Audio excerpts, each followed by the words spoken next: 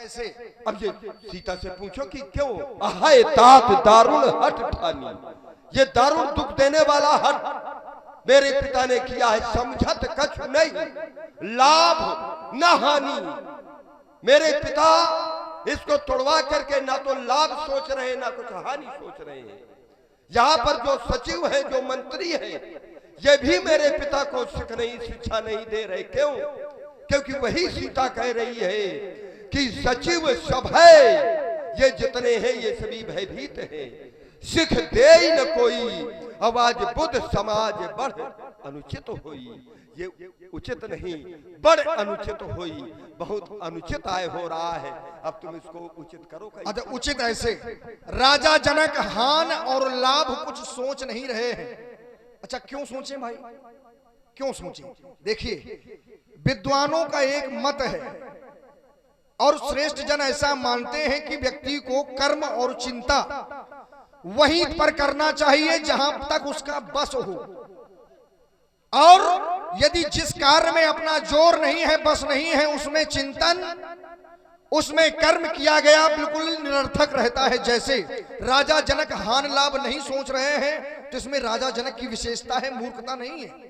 जैसे हानि लाभ जीवन मरण, यश अपयश विधि हाथ। जब राजा जनक जानता है कि हान देने वाला परमात्मा है, लाभ देने वाले परमात्मा है, जीवन और मरण, यश और अपयश ये सब देने वाले भगवान है, तो राजा जनक को चिंता करने की क्या आवश्यकता है? राजा जनक क्यों ऐसी चिंता करें? फिर जानकी जी ऐसा कह कब रही है? जब उन्होंने देखा, और ये प्रण राजा जनक ने पहले कर दिया। अच्छा, छत्री की प्रतिज्ञा है, प्रतिज्ञा छत्री की है, और जानकी जी ने जो सुना था वही देखा है, तो उन्हें तो लगता है कि हमारा विवाह इनके साथ होना है। जो सुना था, माता गिरजा ने वरदान दिया था, मन जाए ही राचे, मिले सोबर सहज सुंदर श्यामरो, करुणा निधान सुजानशील स्नेह जानत राबरो। ये उन्होंने सुन रखा था, वही देखा, तो ये स्पष्ट हो गया कि ये हमारे वर हैं। अब इसके बाद में वो कह रही हैं कि हान लाभ नहीं सोच रहे। अच्छा, केवल जानकी जी के कह देने से राजा जनक अपना प्रण बदल दे? नहीं, राजा जनक भी जान गए हैं, लेकिन प्रण पहले कर दिया है, और जब पहले कर दिया है तो पहले प्रण पूर्ण होगा। अब वो चाहे जो जान जाए, चाहे राजा जनक जान जाए। बड़ी बड़ी बारातें लौट जाती है श्रीमान। अरे वो उन बारातों टीका नहीं हो पाता है भाई। जब कन्या के साथ में दाम्पत्य जीवन, जरा विचार करिए, दाम्पत्य जीवन जिसके साथ में व्यतीत करना है, जब वही कन्या उस कार्य से संतुष्ट नहीं है, तो क्या समाज उस कार्य से संतुष्ट होगी? मैंने एक उदाहरण पहले दिया कि ये जो प्रतिभागी है, नहीं, किस कार्य से कन्या संतुष्ट नहीं है? इस कार्य से, धनुष को तोड़ाने से। धनुष के, अच्छा, धनुष क्यों टूट रहा है? हाँ, ये जबरदस्ती कैसे राजा जनक के कोई बात को छोड़ा है? श्रीमान जी देखिए, माध्यम धनुष टूटना केवल मूल माध्यम जानकी जी का विवाह है, सीता का विवाह है, धनुष का टूटना। न कि विवाह से धनुष के टूटने का कोई वो नहीं है, लेकिन धनुष का टूटना जानकी जी के विवाह से आधारित है। इसमें मूल में है क्या? विवाह, धनुष नहीं है। मूल में विवाह है। हाँ, मूल में विवाह है। अच्छा, तो विवाह का नियम क्या ये होता है? नियम नहीं। हाँ, इसमें विरोध कहाँ कर रही है वो?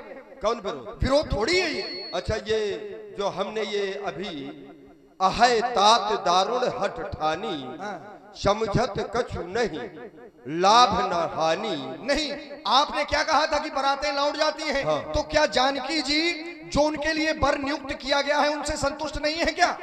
नहीं, जानकी नहीं, बात तो विवाह की है श्रीमान जी, धनुष तोड़ने की तो बात है नहीं, विवाह की है। अब माध्यम धनुष को बना दिया गया है, वो प्रण है। अच्छा, ये जबरदस्ती माध्यम बनाया गया है? नहीं, जबरदस्ती माध्यम जबरदस्ती भाई, माध्यम अगर जबरदस्ती भी बनाया गया है और राजा जनक के द्वारा बनाया गया है, ज्ञानी के द्वारा बनाया गया है, तो ज्ञानी समाज का एक कर्तव्य यह बनता है कि ज्ञानी समाज के द्वारा अगर कोई निर्णय लिया जाएगा, ज्ञानी व्यक्ति के द्वारा अगर निर्णय लिया जाएगा, तो उसमें जो ज्ञानी समाज होगी, बुद्धिमान समाज होगी, तो उस कार्य का समर्थन करेगी कि विरोध करेगी? क्यों भाई? उस कार्य का समर्थन करेगी कि विरोध करेगी? अगर अच्छा कार्य है तो समर्थन करेगी।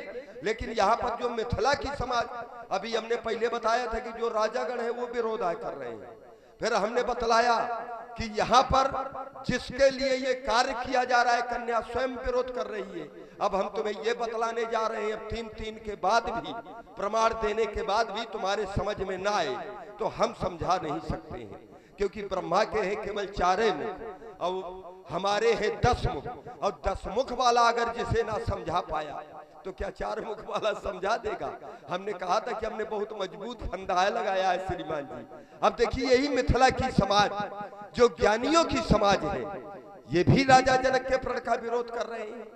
सोच ही सकल कहत सक चाही, अब विधि सन विनय, विधि नाम ब्रह्मा का, विधि सन विनय करहि मन माही, कि हर विधि बेगी जनक जड़ताई।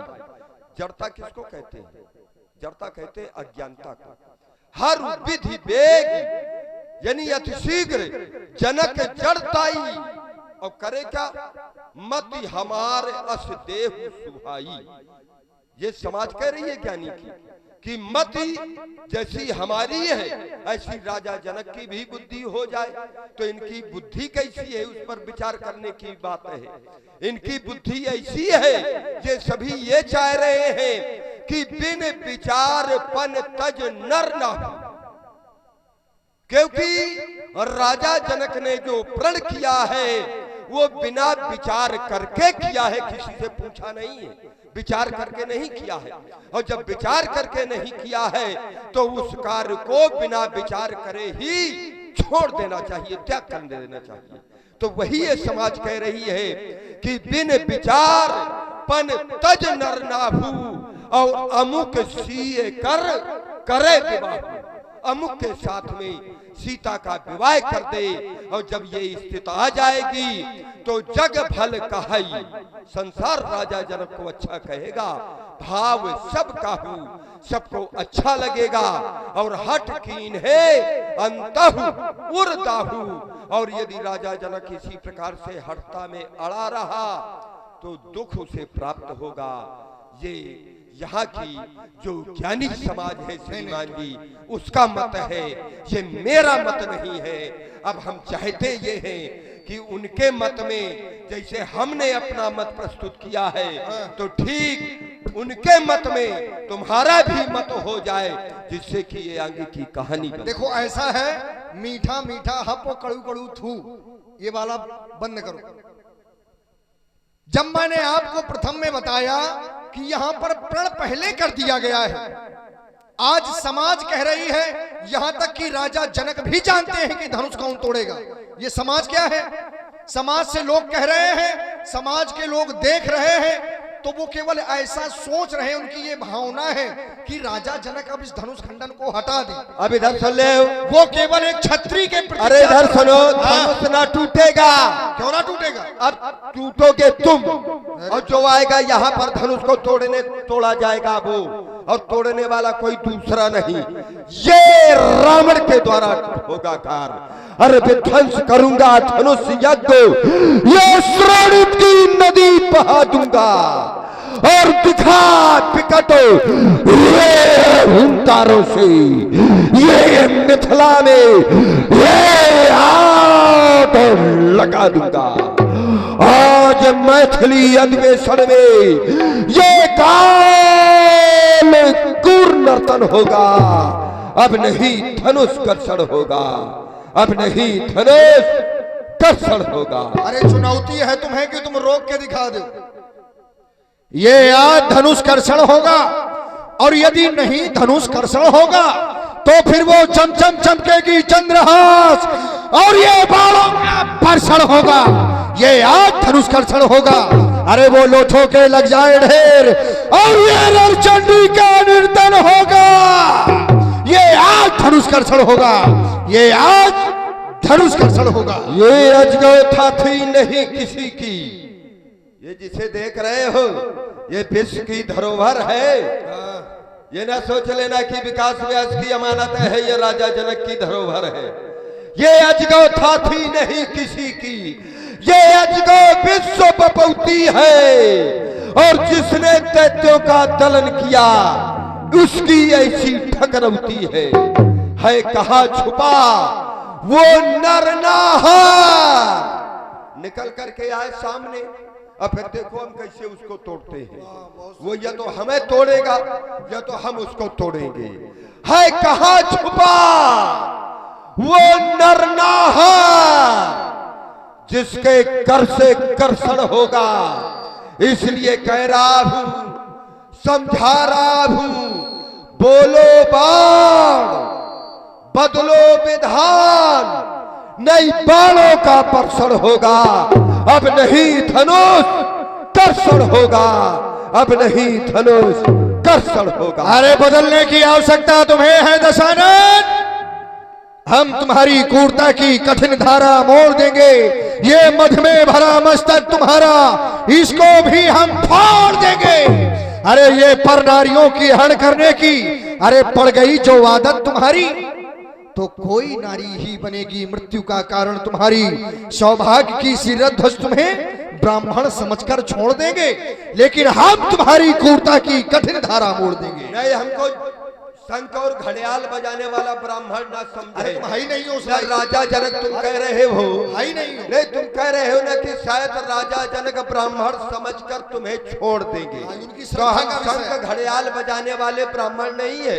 हम जब भी बजाते हैं तो ये बजाते हैं, ये दीनी है कृपाण मुझे शिवा सिंह वाहिनी ने, ये पीरों की प्यारी तुकहारी प्रवीणा है, ये चमक दमक चपलासी, ये चटक मटक कमलासी, ये कटाक काट भाट कट काटनी कटीना है, ये शुभन मंजू मायासी प्रबल शक्ति जायासी, ये देवन हित दायासी, ये नीलम नगीना है।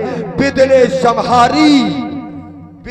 समहारी और मुंड मालिनी ने धारी हाथ और पीरों की दुलारी, जय हिंद देश वीरा है। मानोगे नहीं दशानन लगता है। यदि नहीं मानोगे तो फिर खुला वक्ष तुम करो वार। ये मिथिला में होगा बुरा हाल, दिखला लो जोर जवानी का। अच्छा, और हो छाती में बाल अगर तो फिर झेलो वार कपाली का। अरे अगर अकेले डरकता हो लंकापुर संदेश उठा दे बेटा इंद्रजीत बुलवाले।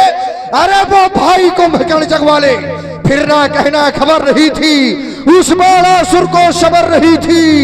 हाय हाय कुछ करना पाया उस बाणासुर बलशाली का। अरे हो छाती में बाल अगर तो फिर झेलो वार कपाली का। ये कह रहा है कि हो छाती में बाल अगर अब हम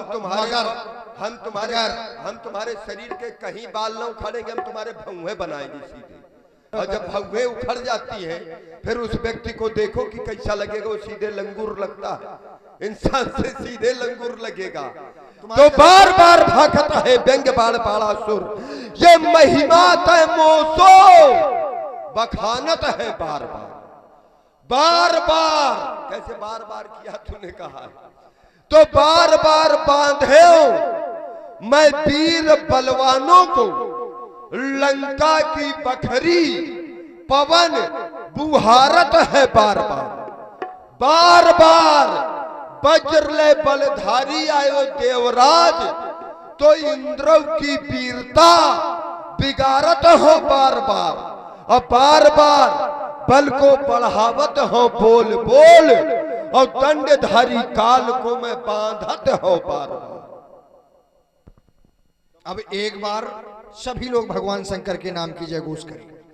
बोलिए श्री शंकर भगवान की। यही उचित भी है। हाँ निकल लो यहाँ से बिल्कुल। वो तो अच्छा है कि केवल गालियां दे रही हैं। चला तो गया, नहीं सुन पाया। और जो सुनने में देखिए ये